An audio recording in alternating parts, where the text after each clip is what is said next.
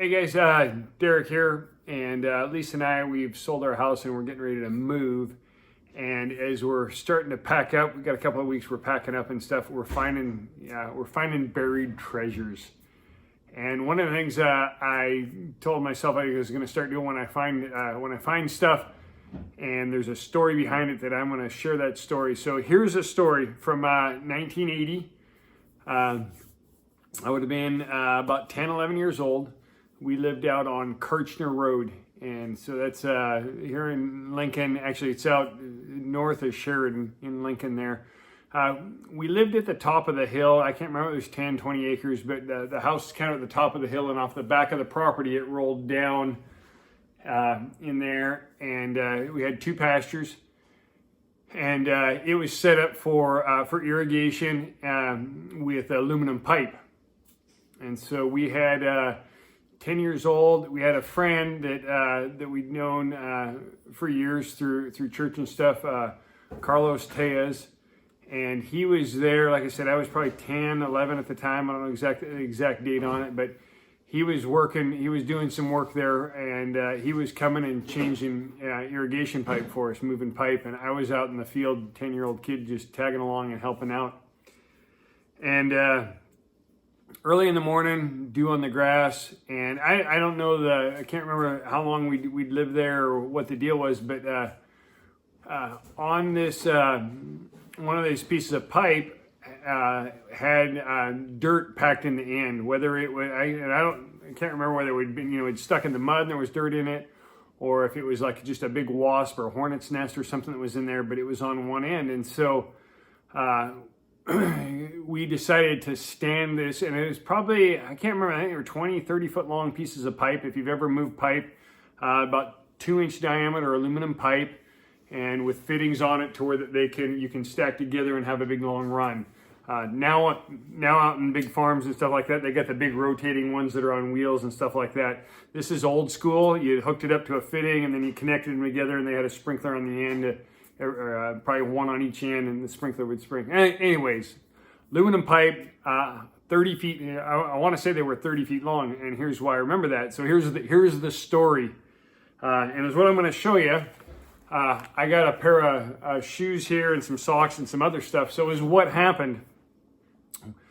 We start standing this pipe up. Well, what ran across our property there, and if you're ever out on Kirchner Road at the top of the hill, just before it turns top of the hill, house on the right, there's these big power transmission lines. So the big steel 4-posted towers that run across there have 6 wires that are, cables on it that are, that big. That ran and bisected across our property on an angle. And so the hill kind of rolled like that, and the towers were on each end, and the wires came down. And as we were standing this up, and this is one thing I learned from the lesson that I learned here is,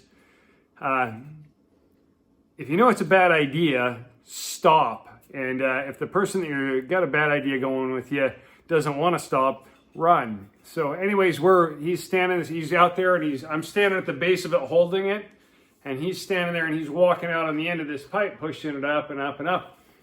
And I'm a 10-year-old, and I'm looking up, and I'm like, hey, this is probably going to hit those power lines. And he said, no, it's going to be fine. And so talk about remembering things or vivid stuff. That aluminum pipe was 30 feet long, because later on when they came out and measured it, they were at 29 feet 6 inches off the ground from the power line. That power pole, that aluminum pipe stood up, and when it got probably 4 to 5 feet away from it, I remember very vividly and very clearly a sharp blue arc jumping from that lower cable out to that aluminum pipe.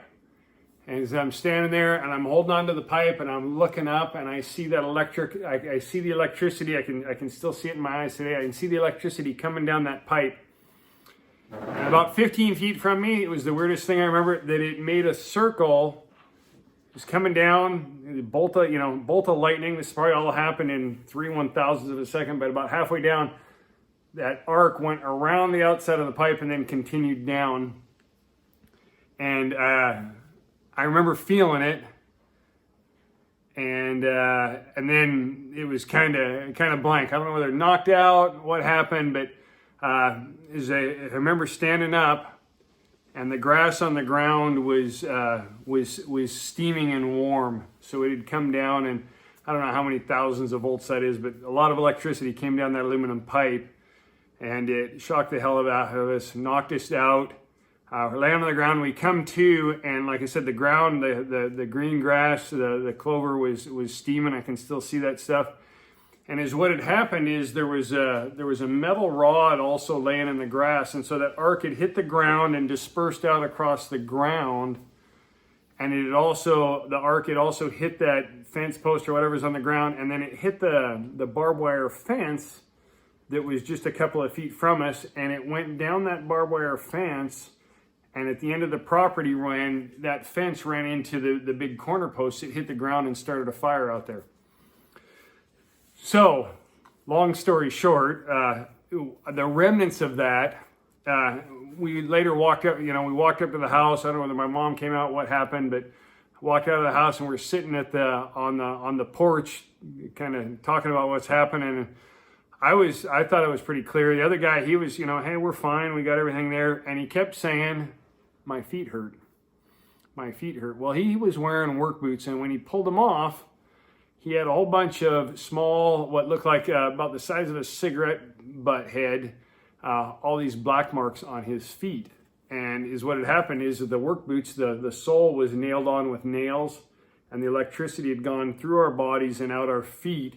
And he had burns on the bottom. I was wearing these fine tennis shoes. I think we probably bought these at the produce department of a grocery store. The sole is so thin on them that you would probably burn your feet on hot pavement on them anyways. Anyways, my mom saved these.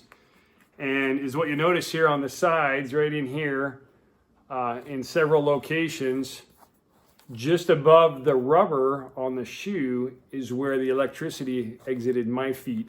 So I didn't get anything coming out the bottom like he did because he had nails in there, but multiple holes. I wore these for a long time afterwards. That's why they're so worn and beat up. But so you can see kind of some holes there, hole right here on the side right here, and a couple other places.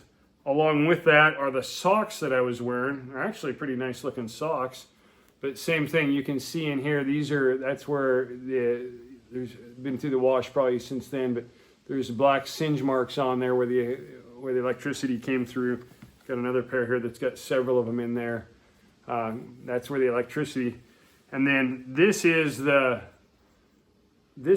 bottom. This is the part of the pipe, so the 2-inch irrigation pipe. And you can see here closely, if I show you that, where the electricity, this was in the ground, and it arced out and melted the pipe there. So, long story short, lucky to be alive. The thing that saved us is that the pipe was in the ground, and so as the electricity came down, it had a direct line to the ground and dispersed, and we were just a secondary circuit on there. We didn't have the whole thing go through us, but so I'm not a big fan of electricity these days. So that's if you're ever going through my stuff and you find these shoes right here that are all crunchy and hard and pretty dang hammered. But if you ever come across those, that's the story of that.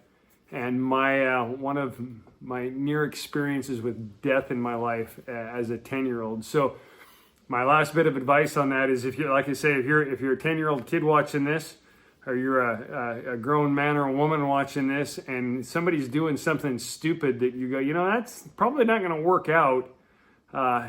Step back at least 10 feet so that you don't let them electrocute themselves if they don't want to listen to you, but don't stand there and hang onto the pipe and let that get shocked from you. So a quick follow on here. These are my feet, and so I've got several little scars like this on inside and outside of my feet where when my feet were burned. There's some here on my heel. You can't really see them there.